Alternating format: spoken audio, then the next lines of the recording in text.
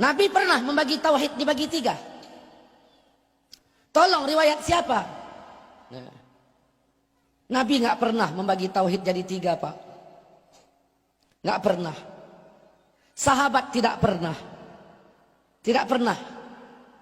Maka pembagian ini di abad ke-7 dilakukan oleh Ibnu Taimiyah.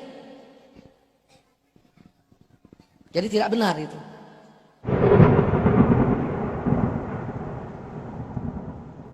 Apakah pembagian tauhid menjadi 3 itu sudah ada nggak di zaman Nabi SAW?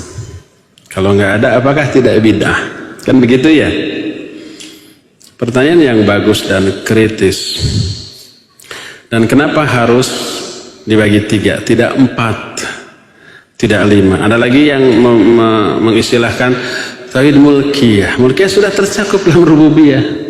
Allah Malik, Allah penguasa, ya, Allah Raja, sudah tercakup, bukan dijadikan bagian tersendiri. Ada lagi yang menyatakan tauhid sosial. Apa maknanya tauhid sosial? Tauhid itu mengesahkan Allah Azza wa Jalla. Ada lagi tauhid ahkam. Itu istilah-istilah yang tidak dipakai oleh para ulama, ya. Membagi tauhid menjadi 3 sama halnya dengan merumuskan kaidah-kaidah dalam ilmu lain, seperti umpamanya tajwid. Nun mati, hukum nun mati ada beberapa macam. Ada izhar, ada idgham, ada ikhfa, ada iqlab, gitu kan. Kalau nun mati menghadapi huruf-huruf halaq, alif, ha, kha, ain, ghin, ha, disebut apa? Izhar. Dibacanya harus berapa? Harus gimana?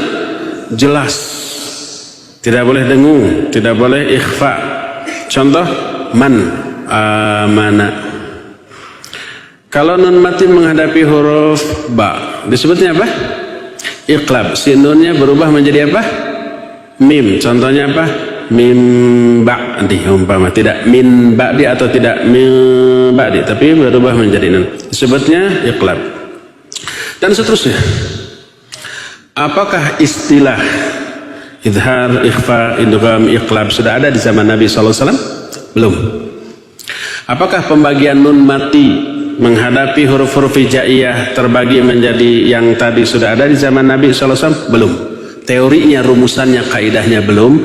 Apakah izhar ada nggak di zaman Nabi? Ada. Mana? Itu tadi man amana, itu izhar, tapi saat itu belum disebut izhar. Ada nggak iqlab di zaman Nabi? Ada. Contohnya apa? Mim ba'di. Ada nggak mim ba'di di zaman Nabi? Ada. Tapi saat itu belum disebut iqlab dan rumusannya belum dibuat. Untuk memudahkan orang mempelajari tata cara membaca Al-Quran, para ulama kemudian merumuskan. Lahirlah ilmu tajwid. Demikian juga ilmu nahu. Ada istilah mubtada, khabar, fa'il, naibul fa'il, ya, khabar kana, akhwat kana, dan seterusnya, at-tawabi, hal, tamyiz.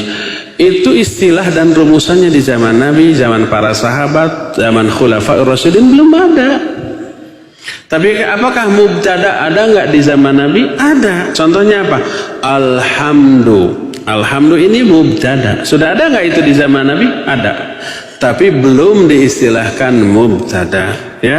Rumusan ilmu nahwu sharaf belum ada, tapi nahwu sharafnya sudah ada dalam praktek. Lahirlah ilmu kaidah nahwu sharaf atau tajwid. Begitu juga dalam masalah tauhid.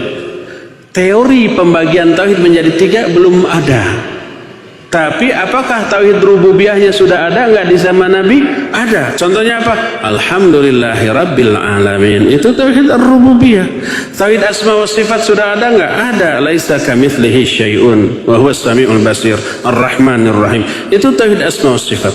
Tauhid al-uluhiyah ada nggak di zaman Nabi? Ada. La ilaha illallah. Itu tauhid al-uluhiyah. Jadi prakteknya, realitanya, kenyataannya sudah ada. Cuma teorinya belum dirumuskan.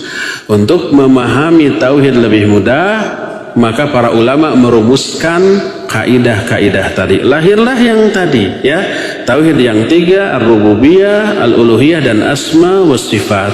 Untuk memudahkan orang mempelajari bahasa Arab, lahirlah kaidah tentang nahwu dan sharaf. Untuk memudahkan orang membaca Al-Quran, lahirlah ilmu tajwid. Untuk memudahkan orang memahami ilmu tauhid, lahirlah ilmu tauhid dengan kaidah-kaidahnya yang didasarkan kepada Al-Quran dan As-Sunnah.